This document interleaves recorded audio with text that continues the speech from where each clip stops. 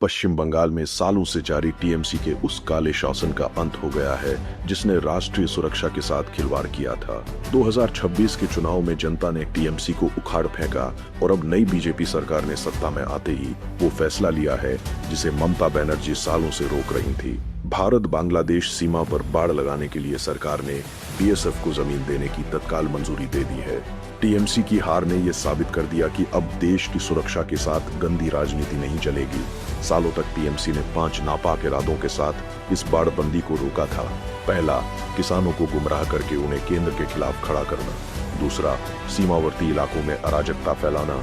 तीसरा, देश के सुरक्षा तंत्र में जानबूझकर बाधा डालना।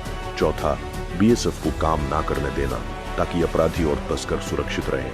और पांचवा, घुसपैठियों के अपने उस खास वोट बैंक को बचाना जिसके दम पर वे सत्ता का आनंद ले रहे थे। टीएमसी की इसी साजिश के कारण बंगाल की सीमाएं अपराधियों के लिए चारागाह बनी रहीं। बंगाल की 4096 किलोमीटर लंबी सीमा पर टीएमसी ने जानबूझकर जो ढील दी उसी का नतीजा था अवैध घुसपैठ, हथियार तस्करी और खतरनाक चरमपंथियों की बेरोकटोक आवाजाही। सुरक्षा एजेंसियां बार बार चेतावनी देती रहीं, लेकिन टीएमसी सरकार अपनी राजनीतिक रोटियां सेकने और राष्ट्र विरोधी तत्वों को संरक्षण देने में व्यस्त रही।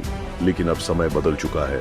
नई सरकार की पहली ही कैबिनेट बैठक में ये स्पष्ट कर दिया गया कि सुरक्षा सर्वोपरि है। अगले 45 दिनों के भीतर जमीन का हस्तांतरण पूरा होगा और बीएसएफ वहां बाड़ लगाएगी जहां टीएमसी ने सालों से अड़ंगा लगा रखा था। बंगाल की जनता ने टीएमसी की इस राष्ट्र विरोधी राजनीति को पहचान लिया और उन्हें सत्ता से बाहर कर दिया।